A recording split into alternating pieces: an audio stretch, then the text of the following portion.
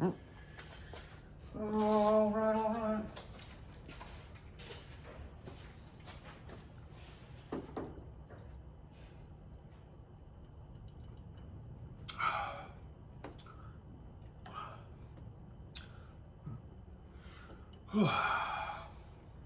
Ready to get with the program? Yeah. Okay, check it out. It's time to get serious. All right, this is an inline 6. That means there's 6 cylinders. You can't see them because I got the cylinder. This is the cylinder head. It's covering it up. That's what we're getting ready to torque down. But you got 2 valves, one for intake, one for exhaust.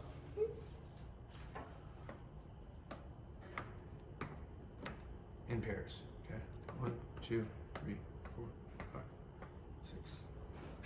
This is a ground bolt right here on the side of the head. We have a couple of wires for the ground. One of them is a radio interference wire, so that way the stereo doesn't make static. And it's got noise reduction, right? We also need a ground for our harness. And I'm gonna bolt it to the side of the head. All right, these right in here, I know you can't hardly see them, are spark plugs.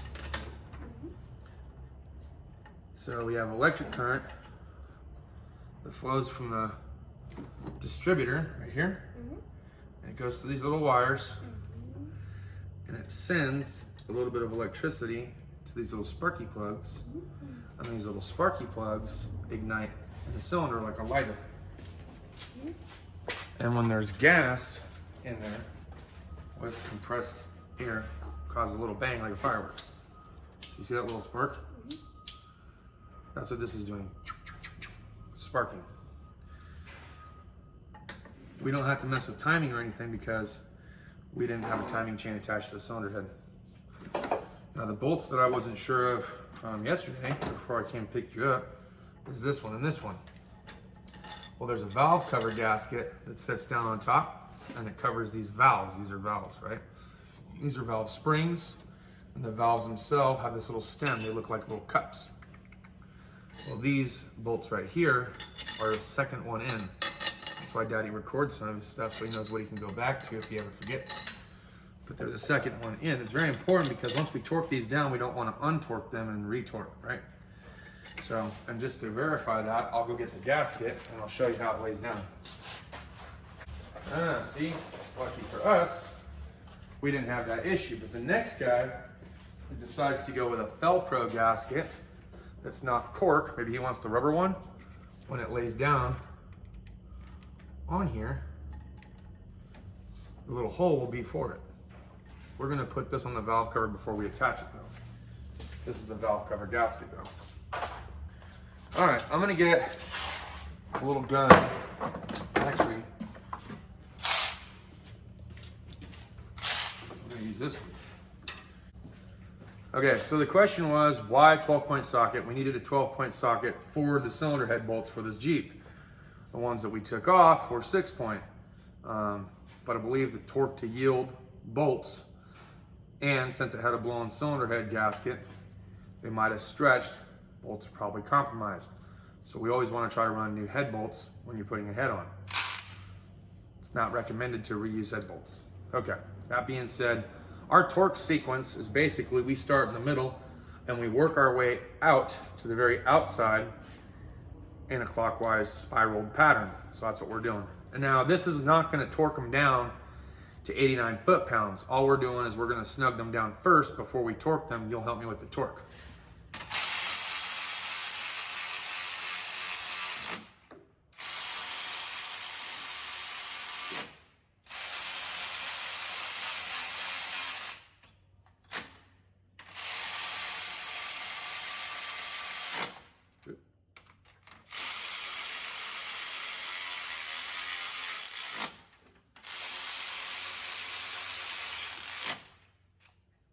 Push the button, try. You have a kick, so be careful. Go ahead. Okay. See how it kicks? I'll get these ones back here.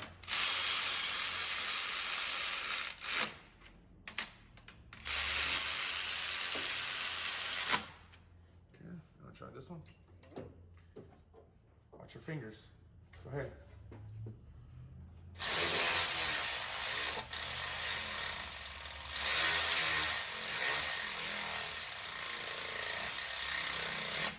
Okay. Uh-oh. You got it stuck. Okay. Go ahead. Go ahead. Send it. Good job. Now, that one back there is going to be hard to get to, so we're going to have to do that one by hand. That's why I gave you the handheld ratchet. It is. Mm-hmm. Okay, so 1 through 10 and 12 and 14, 110 foot-pounds. You see here, 1, 2, 3, 4, 5, 6. See how they go? This is going to be a little bit harder for you to do, but I'm going to... This torque wrench will only go up to 100 foot-pounds. And I have found that you can over-torque with this wrench and it'll still tell you how close to 110 foot-pounds you are. But after a few times, it gets upset and then it shuts it down. And all we do is turn it back on and do it again. This is the only torque wrench I know to get back there in that tight area. A 1/2 inch was too big, and it just makes life easier when you can learn little tricks like this. Okay, so we're gonna start with number 1, which is on this side right here. So I'm gonna have to go to this side.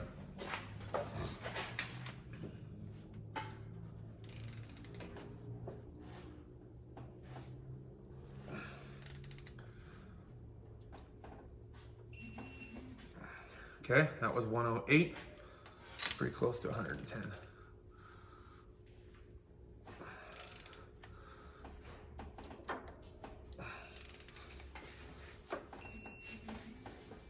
Okay, that was 110.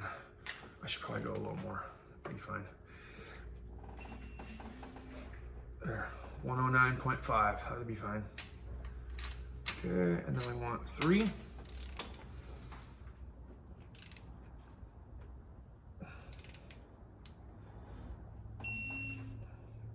There's 111. Don't freak out when it turns red. That's what we want.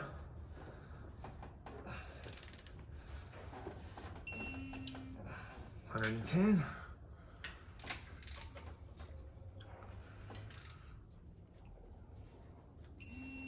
110.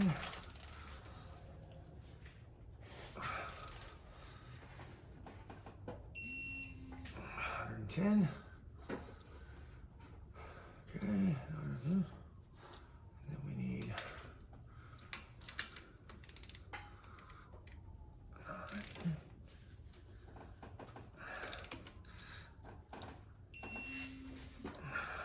108, 110. Okay. Then we need this one.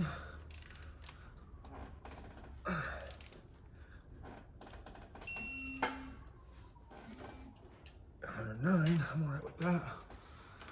Okay, now we get to 11. That's this one here.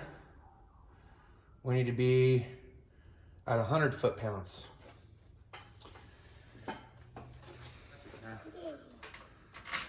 Go a little bit more. Pull it down a little bit more. Good. 14s. So let me go get a ratchet, wrench, and we'll get to work. 15 soon. Ooh. 9/16 maybe, but maybe 15 will work for us. 15 will work. Okay. Here, you hold on to this because you're going to need that. I'm going to start them in by hand. Well, this is a new cylinder head, so it could be kind of boogery. Let me see real quick.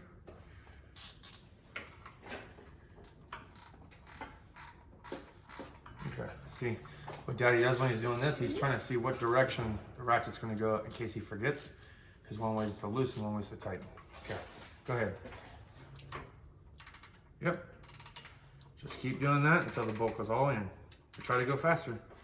We're on flat rate. That means we're here and we're only going to be paid so much money. So the idea is to be efficient, but be fast. Right? Now in these situations, of course, it would be nice to use a cordless option, but because we're sitting in the middle of an AC compressor bracket, there's not enough room to get a ratchet in there or even a cordless ratchet. So in this situation, ratchet wrenches are your friend.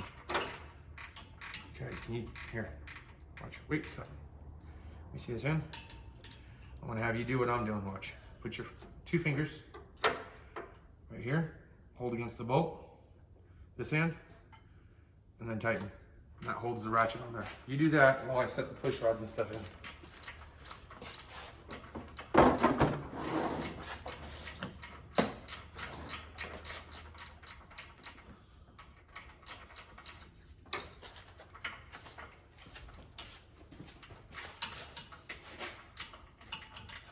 Ooh, let me sneak in here real quick.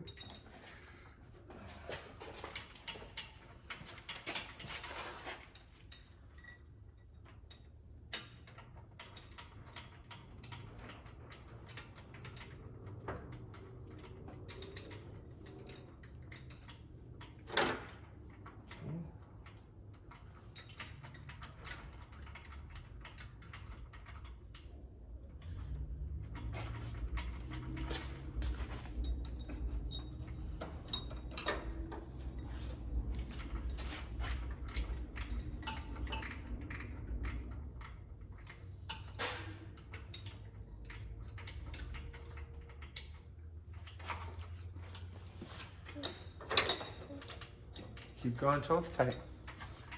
And then once you're done with that bolt, you're gonna do this one next, okay?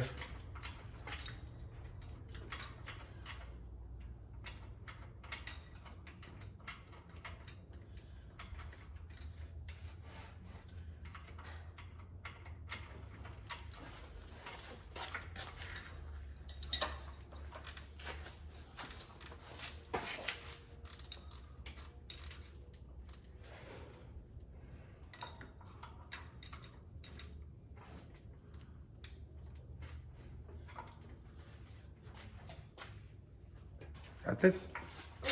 Okay.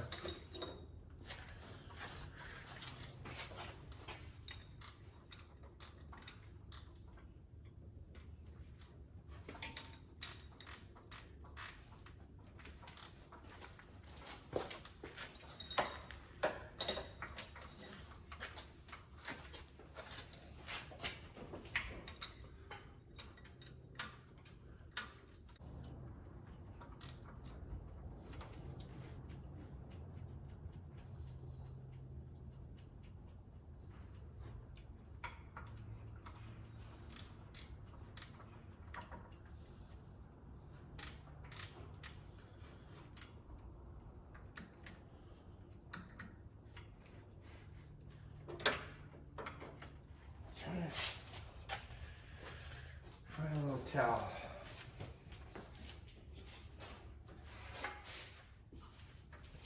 There you go. One for you, one for me.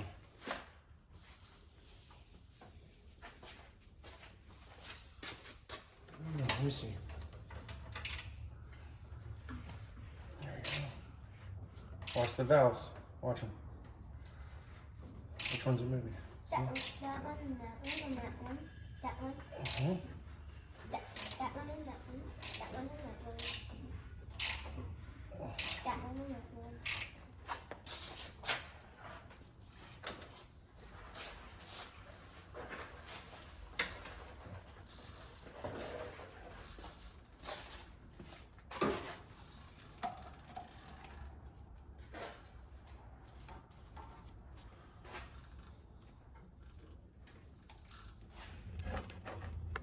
Find me a wrench, baby. Obviously too small. Go up, go up, go up. Bigger size, make it fit. Make it bigger. Oh, does Daddy have the one in his hand? Look at that one. Try this one. Does it fit in there?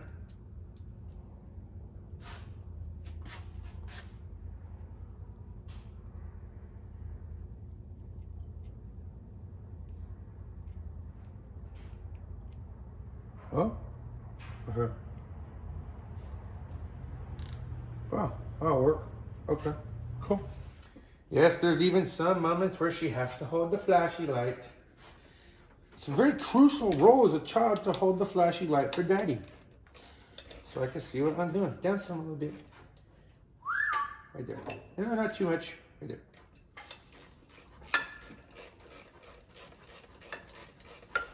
Okay.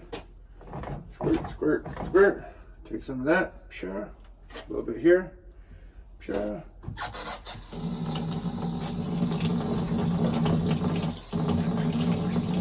Yeah, I can't touch your pink sweatshirt. You just scrub. Don't touch it. Just wait 1 second. Hey, stop.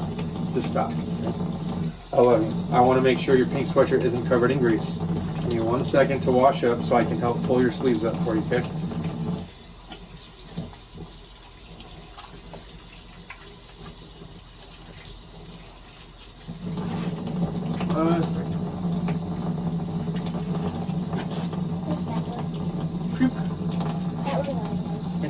Okay. Might be too hot. How's that? All right, I'm back at the shop. Reagan's at the house. She's been playing some video games for a little bit. Now that I'm basically at the nitty gritty of putting this thing together, in my opinion. Pulleys, valve cover, belt, stuff like that. So I'm gonna let you guys go for a second, look at a belt route, put this belt on, get this thing reassembled, then get out of here. All right, battery's gonna die. We're all put together here. Just the cooling system that needs to finish burping and bleeding. Also, they need to do a LOF and hook up the battery. Other than that, she's ready to pretty much rock and rumble, I would say. So this may very well have been my last job here for now, until something pops up, or maybe they start getting a little bit behind, or they want to get some more stuff put out. But you know, we'll just play it by ear. You know, I've enjoyed coming back here for the last few weeks now, doing a few different jobs. It's been kind of nice, relaxing, really, and kind of teaching me some stuff about myself along the way, especially when it comes to working by yourself. So there are some things I still obviously need help with, as far as like an extra set of hands or something like that to stab engines and stuff. But you know, it's been fun. It's been real. It's been fun. It's been real fun. I'm going to go ahead and do my part now and help clean up some of the mess that I've helped make. And I'm even going to help clean up some of the mess that I didn't help make, because apparently I left a little bit of a mess for them with the last job. So we're just going to make up for it today. Other than that, that's all I got for this video. I hope you guys have enjoyed hanging out with me and my daughter today. Though I ended up coming back and finishing off myself, she was a big help. I really enjoyed doing stuff like that with her. So she's helped me with a couple of jobs here at the shop, just kind of hanging out with Dad, really grabbing tools, holding flashlights. But you know, I let her put her hands behind a ratchet and wrench, and I talked to her about the car and what certain things are, kind of get that familiarity. And I think the more and more I do that with her over the years, the more proficient she's going to be, and eventually she'll be working on her own stuff. So cool stuff. If you guys haven't already done anything like this with your kids, boys, girls, doesn't matter, get them involved. Let them play. Let them hang out in the garage with you. Well, that's all I have for this video. Thanks for hanging.